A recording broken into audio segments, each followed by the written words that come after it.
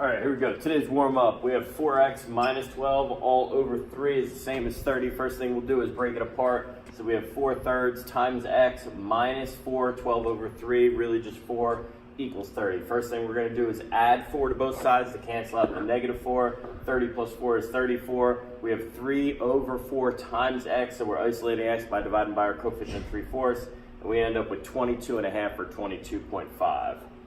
Number 2.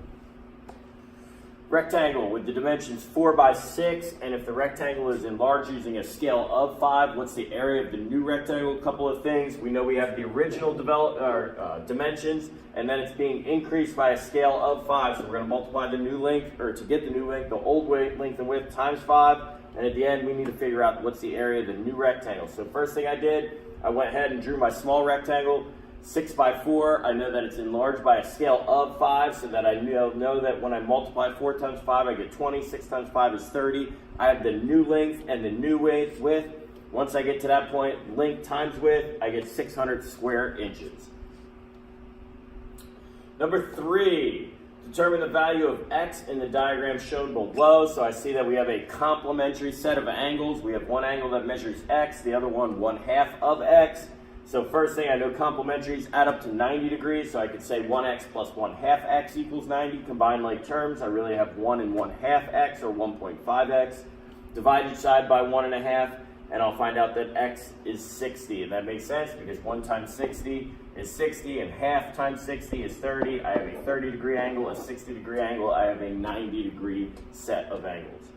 And last one, number 4, we have determined the area of the figure below. Well, the first thing I did was go ahead and break this shape apart. I have a semicircle and I have a rectangle. The semicircle has a diameter of 5 because these two lines are parallel. So I know that I have a semicircle with a diameter of 5 and a radius of 2.5. I also dotted it in and put divide by 2 so I don't get trapped with the semicircle. Also have a rectangle with dimensions 15 by 5. We'll define the area of a rectangle. Pretty easy, length times width. So we find out that, hey, we have a 75 area of the rectangle. Then I did the same thing for my semicircle. I have pi times r to the second power, pi to 2.5 to the second power. I get 19.4, but I need half of that since I have a half circle, and I would find out that the area of that semicircle is 9.8. And then I had to think to myself, well, they're attached to each other. So now we have more area. So last step, 75 plus 9.8. gives me a total area of 84.8. All right, today, our notes today are going to be all on probability, but before we get there, we'll do a quick little daily dose of statistics this week. So, a student received the following scores on his last 7 tests. We have the scores listed there. What is the range of the scores that the students received? Well, I got to think. Range is the distance between the biggest number and the smallest number. So the first thing I got to determine, what was his best score and what was his worst scores. It appears that his best score was a 91 and the worst score was a 64. It may also help to put these from least to greatest to help you see that, but if not, all I did was circle the big and the small, and then they want to know what's the range between the two. I subtract the 2, and we get 27, a range of 27. All right, so probability, the likelihood something will occur. Read carefully, use a strategy, and make sure that you simplify using your calculator. Identify the event. So let's look at the first one. Student puts the letters mathematics in a paper bag. What's the probability that they reach into a bag and pull out a letter that is not an M? So again, there's our event. We're looking for things that are not M's. First thing I would do is actually draw out that word mathematics, and then I'm going to cross out everything that's not an M. So A, T, H, E, A, T, I, C, S. Well, then I think to myself, how many letters did I cross out? Well, there's 9 letters with a red mark through it. And how many total letters? 11. So that's probability right there. What we're looking for over the total number of things. How likely that event over the total different number of things that could possibly happen. Read carefully because the trap answer is going to be 2 over 11. That would be the probability of pulling an M. But again, we're looking for not M. Second example I have here, in a jar there are 8 red marbles, 2 green marbles and 5 purple. What's the probability that the student will pull either a green or a red? So we're looking for the probability that he could get either color. Well, the keyword or here in probability, that means that it's this event or this event, so we're going to combine those events through addition. first thing I would do is draw a visual representation. Put my reds, my greens, and my purples. Now, I'm looking for green or red, so I'm going to cross out everything that's green or red, or circle it, or use some sort of strategy saying, hey, here's my greens. Hey, here's my reds. I have 1, 2, 3, 4, 5, 6, 7, 8, 9, 10. I have 10 greens or reds out of 15 total. So, we know that we have a probability of 10 over 15. That is the answer, but again, 10 over 15 reduces. If you're not sure, you put it in a calculator. The calculator will do the work for you. It's 2/3. So the probability that they get a green or red marble is 2/3. All right, from there, I would give a little bit of these ones that try these simple ones. So pause the video. When you're ready for it to continue, go ahead and unpause, and we'll go over these ones. All right, here we go. So first one, question number 1. In a classroom, there's 25 total students. 15 of them are boys. What's the probability that we get a girl?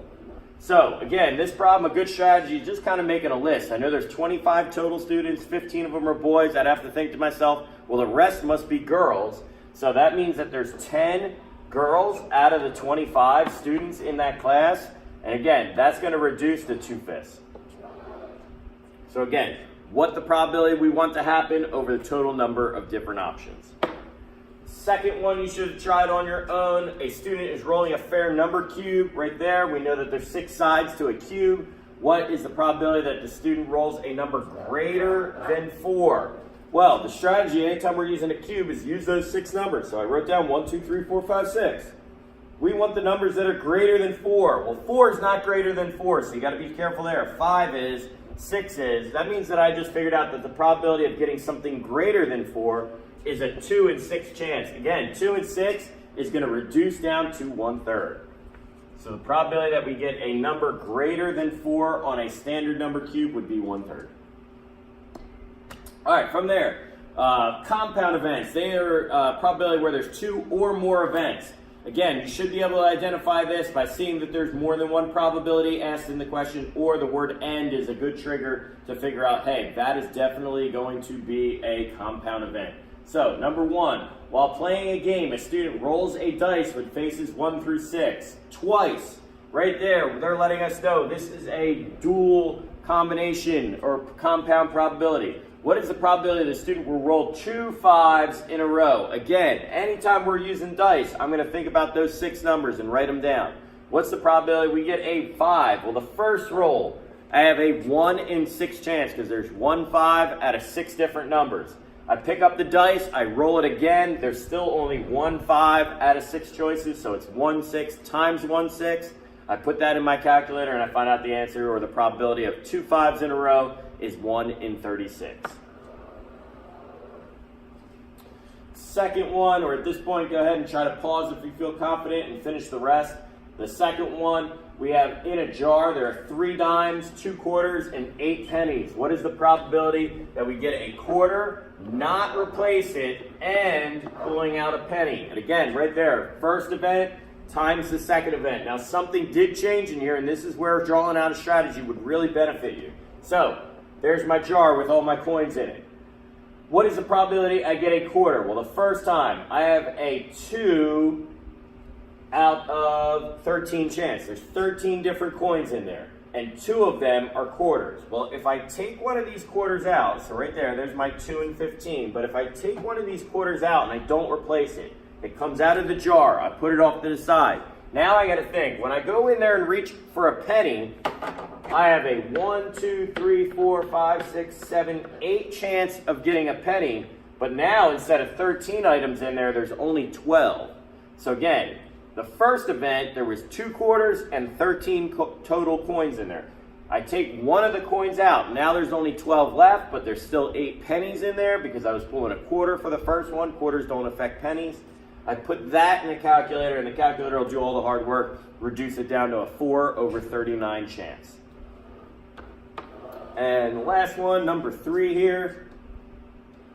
Student flips a coin twice and rolls a fair number cube. So this is 2 events and this is 1 event. So we have a total of 3 in this problem.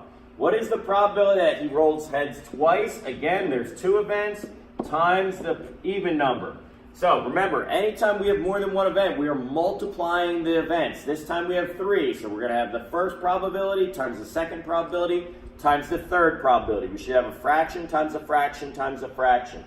So again, I just drew 2 quick strategies. I have a heads and a tails. I even put times 2 to make sure that I wrote it twice. And then again, I have my dice 1 through 6. What's the probability I flip heads? Well, there's one side that's a heads and there's 2 coins. So the first probability is 1/2. Well, I flip it again. That doesn't mean that I'm multiplying 1/2 times 2, because that would be 2 over 1. And now you're saying there's 2 heads and only one side, not a real coin. So I flip it again. There's still only 1 heads and 2 sides. The last thing, I want even numbers, 2, 4, 6. That's 3 out of 6. So I have 1/2 times 1/2 times 3/6 would give me 1/8. Okay, so again, anytime we have one event, we're just looking for the one event. We're making sure it's simplified. Compound events, more than one event, we're multiplying each event in a calculator. Last thing we need to talk about today is relative frequency. Again, this is just where we have a small sample size and we want to make it a lot bigger using math instead of trying to actually do the event that many times. So here's our scenario. A carnival owner is running a game. To win the game, the contestant must spin the color orange. Keyword right there. We know orange is a winner.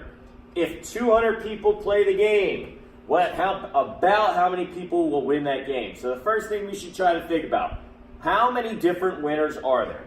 Well, there's 2 orange segments. There's 1, 2, 3, 4, 5, 6, 7, 8 total different options that it could land on.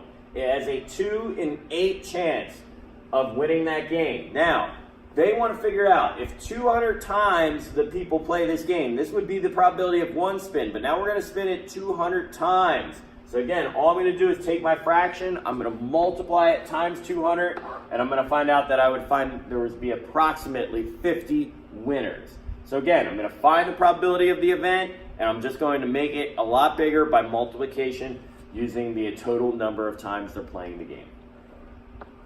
Go ahead and pause the video, try the last one on your own. When you're done, unpause, I'll go over it. So here we go. A student is rolling a dice with the faces 1 through 6. If the student rolls it 400 times, about how many times should he get a 4 or a 5? So again, using that dice, drawing it out. I have my 6 numbers that appear on a dice. I'm looking for 4s or 5s. That's 1, 2 numbers out of the 6. So I know I have a 2 in 6 chance of rolling a 4 or a 5. And if I roll this dice, I'm not going to pick it up and roll it 400 times. I'm just going to say, hey, 2 6 times 400 would give me approximately 133 winners. You get a decimal answer, but we're going to round it to the nearest whole number, which would be approximately 133. Okay, from there, the bit.ly on the paper to end class.